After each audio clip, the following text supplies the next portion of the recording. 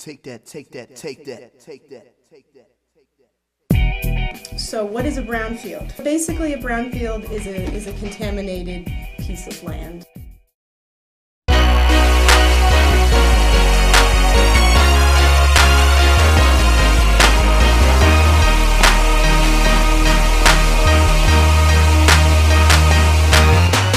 What's a brownfield? Just where you get educated. I'll tell you it's a place crazy, contaminated.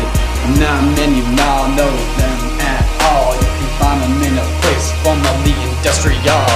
Where can I see you? It's right in your hood. What you talking about, Lewis? I'll tell you, it's not good. You can find them in Manhattan, you can find them in Queens, you can find them in the Bronx and every place in between.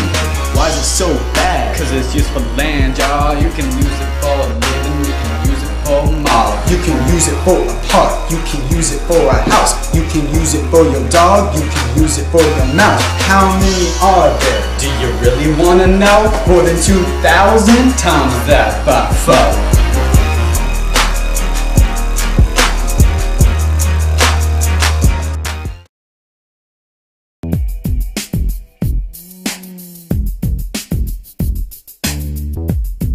This was a gas station at one point, and before they removed the gas station, allegedly they removed all the tanks, but we found 7.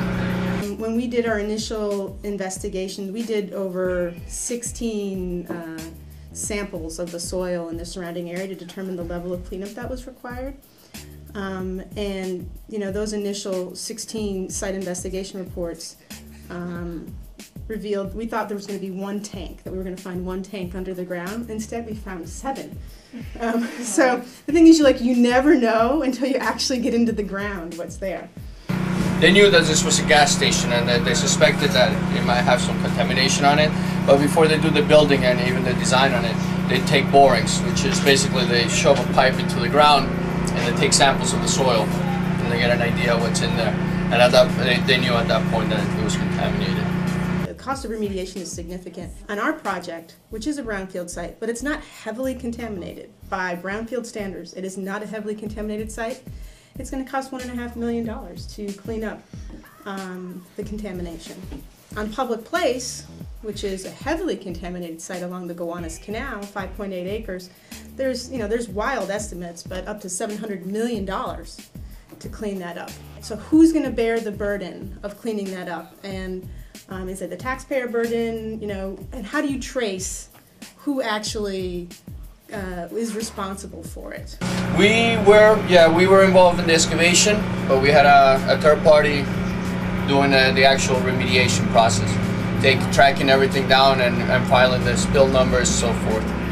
So I think it's, you have to have an experienced team of people so that whatever it is you do find, you're able to move forward and achieve the goals that you have.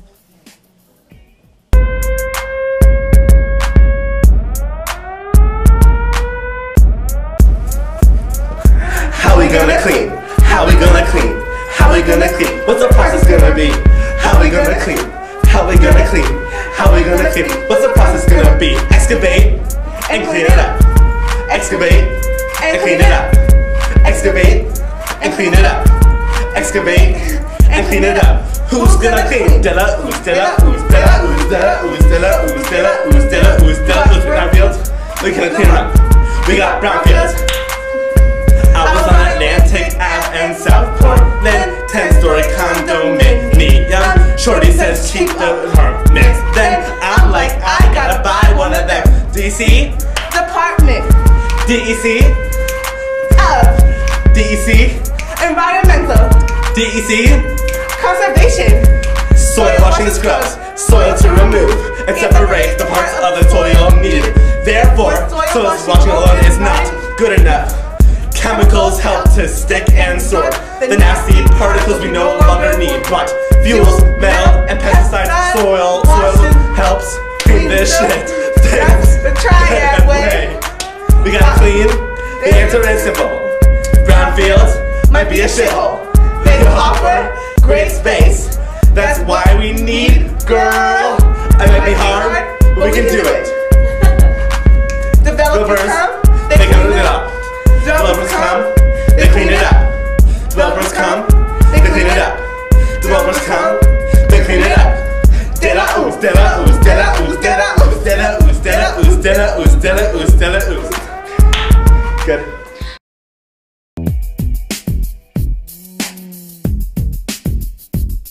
So in December of last year, the state finalized its regulations under the law, and it set cleanup standards for cleaning up properties. That basically does a couple different things. One is it provides tax credit incentives for brownfield redevelopment. One of the big things that it comes with is you get an exemption basically from liability.